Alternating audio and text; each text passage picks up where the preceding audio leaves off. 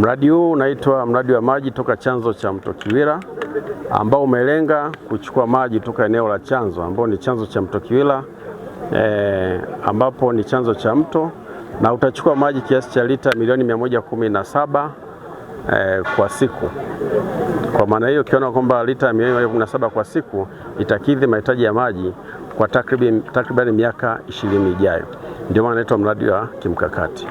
Gharama za utekelezaji wa mradi huu ni shilingi za Kitanzania bilioni 119, ambapo mradi huu unasimamiwa na mhandisi mshauri kampuni ya GKW Consult ya Dar es Salaam, lakini na mkandarasi ambayo ni kampuni ya China Railway Construction Engineering. Mradi huu ulianza kutekelezwa mwaka 2023 na unatarajiwa kukamilika mwezi Disemba mwaka 2026. Shughuli za mradi huu ni ujenzi wa banio kwenye chanzo, banio ambayo itachukua kiasi cha maji lita milioni 117 kwa siku.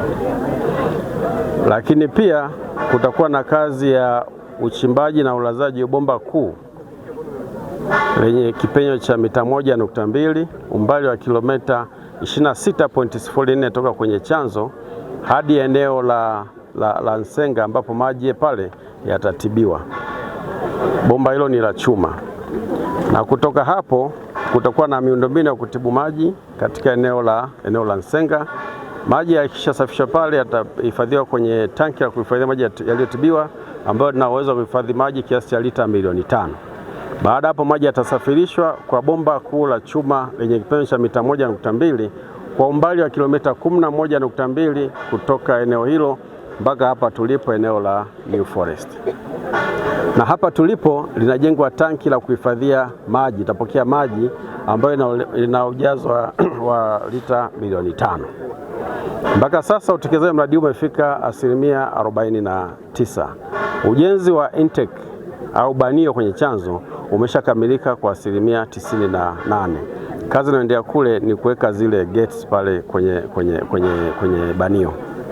Lakini kazi ya uchimbaji na ulazaji wa bomba kuu kwa urefu wake jumla ya kilomita 37.24 ndio kazi ambayo inaendelea, na mkandarasi ameendelea kuleta material yani ya bomba kutoka Dar es Salaam toka kiwanda cha TSP na kuendelea kuzilaza. Ni kwa sababu ya hali ya hewa, mvua saizi hatuzofika eneo la chanzo kule, lakini kazi ya ulazaji inaendelea. Lakini pia kwa sababu mradi unatekelezwa kwa njia ya usanifu na ujenzi, yani design and build,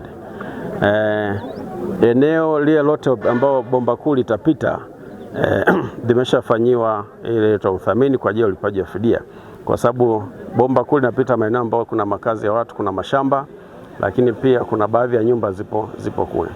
Kuna sehemu nyingine ambayo ni hifadhi ya eneo la serikali yani TFS, ambao wao waliridhia eneo lile kulaza bomba, tulishaanza nayo.